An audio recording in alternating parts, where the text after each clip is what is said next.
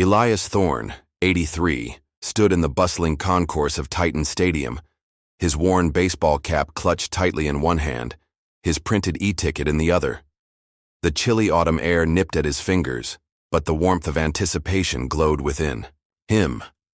Today was the college football championship, and his grandson, David Thorne, the star quarterback for the Titans, was set to lead his team to glory. Elias had taken 3 buses across town to be here, his slight limp, a souvenir from a parachute landing gone wrong decades ago, making the journey arduous but worthwhile. David had promised him a prime seat in Section 102 near the 50-yard line among the players' families. For Elias, a retired Army sergeant major with 30 years of service, this was more than a game. It was a chance to fulfill a promise to his grandson, to witness his triumph. Elias's life had been one of quiet valor. His small apartment held few traces of his military past. Medals, including a Distinguished Service Cross earned for dragging wounded comrades to safety under enemy fire, were tucked away in a drawer. He'd served in signals, intelligence, and behind-the-lines reconnaissance during conflicts the public had long forgotten. After retiring, he lived modestly, his pride anchored in his family, especially David. Today, dressed in a slightly worn navy blazer, a modest tie, and his favorite baseball cap, Elias wasn't seeking recognition, just a seat to cheer for his grandson. The stadium thrummed with energy. Tens of thousands of fans, draped in team colors, roared as the Titans warmed up on the field. Elias navigated the crowded concourse, his e-ticket crumpled from his grip. At the entrance to Section 102, he presented the ticket to a young usher, Kevin, who looked overwhelmed by the throng. Kevin scanned the ticket, frowned, and tried again. "Sir, this ticket isn't validating," he said, flustered. "It says the seat's already occupied or the code's invalid." Elias's stomach tightened. "That can't be right. My grandson, David Thorne, the quarterback, arranged this ticket for me." Kevin, swamped with impatient fans, waved him toward a supervisor, a burly man in a security polo named Henderson. Elias repeated his story, but Henderson barely glanced at the ticket. "Look, old-timer," he said, his voice dripping with impatience. "These e-tickets get duplicated sometimes. People try to scam their way in. Section 102 is for VIPs and verified family. If it ain't scanning, it ain't valid." He thrust the paper back at Elias. "Try the general admission ticket office. Maybe they've got nosebleed seats left." "My grandson is the quarterback," Elias insisted, his voice steady, but edged with desperation. "David Thorne. He secured this for me," Henderson smirked. "Yeah, everyone's related to the quarterback today. Step aside. You're holding up the line." Fans in line stared, some annoyed, others pitying, as Elias's face flushed with humiliation. He'd faced worse than this overzealous guard in his years of service, but the thought of missing David's game, of breaking his promise, cut deep. "There must be a mistake with the system," he said quietly. "Could you check the family manifest for David Thorne?" Henderson rolled his eyes. "I don't have time to play detective. You got a working ticket or you move along, that's it." He nodded to 2 younger, muscular guards nearby. "Guys, assist this gentleman to the main concourse."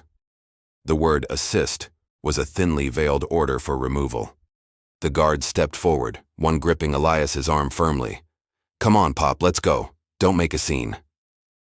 Elias, his heart heavy with defeat, offered no resistance as they marched him up the crowded aisle of Section 102 away from the field. Whispers and stares followed, the public dismissal a bitter pill. He was nearly at the exit when a memory sparked. A long-shot hope from a USO tour years ago in a remote combat zone. There he'd befriended a young Major General, Alistair Hammond, now a 4-star general and chairman of the Joint Chiefs. Elias knew Hammond, a passionate alumnus of this university, was likely in a VIP box today, given his support for the Titans. "Excuse me," Elias said to the guard still gripping his arm, his voice calm but resolute. "Could you get a message to General Alistair Hammond? Tell him Sergeant Major Elias Thorne is being removed from his grandson's game." The guard snorted. "General Hammond? Sure, and I'm the Queen of England. Keep moving, buddy. But a woman in an alumni blazer, seated nearby and part of the Chancellor's staff, overheard. Something in Elias's dignified plea struck her. As the guards pushed him through the exit, she discreetly called the Chancellor's office, relaying the message. 5 minutes later, Elias sat dejectedly on a concrete bench in the noisy outer concourse, the roar of the crowd a painful reminder of what he was missing. He fumbled with his phone, wondering how to explain this to David. Suddenly, the stadium's roar died, replaced by an eerie silence, then confused murmurs. The Jumbotron, visible through a gap in the structure, flickered. Game temporarily delayed. Official announcement pending. A commanding voice boomed over the PA system, freezing players mid-stride and silencing the crowd. Attention please, this is General Alistair Hammond. We have a situation regarding the family of one of our star players that requires immediate rectification before this game can continue.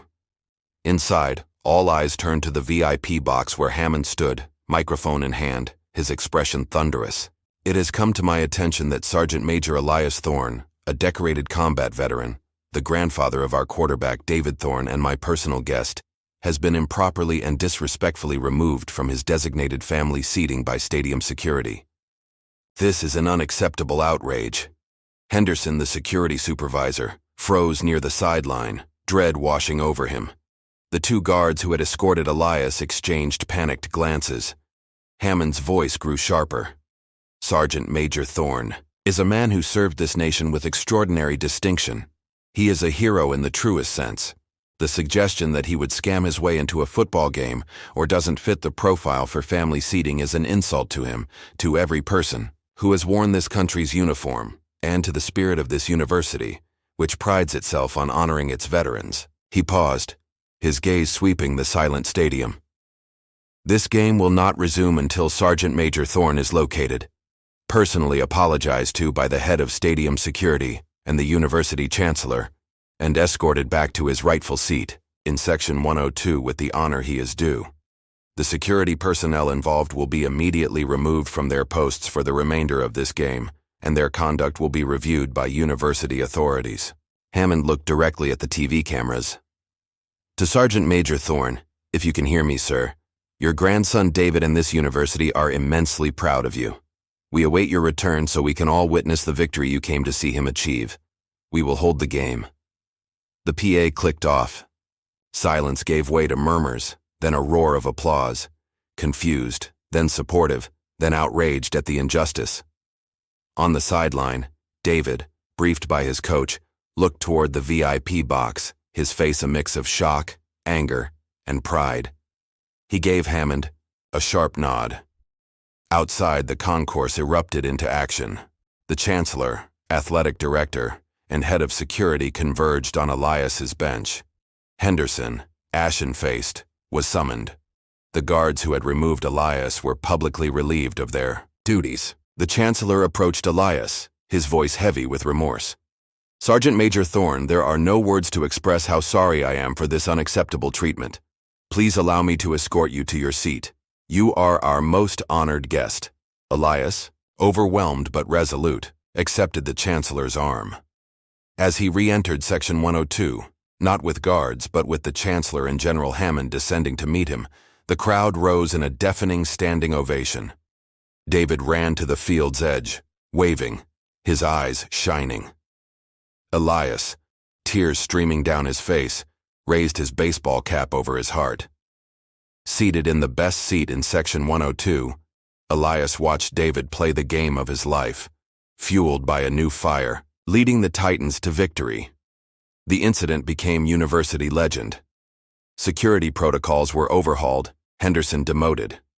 Elias, who only wanted to see his grandson play, had taught a stadium to look beyond appearances and honor the quiet heroes among them. His dignity when challenged had stopped a game, reminding everyone what truly mattered.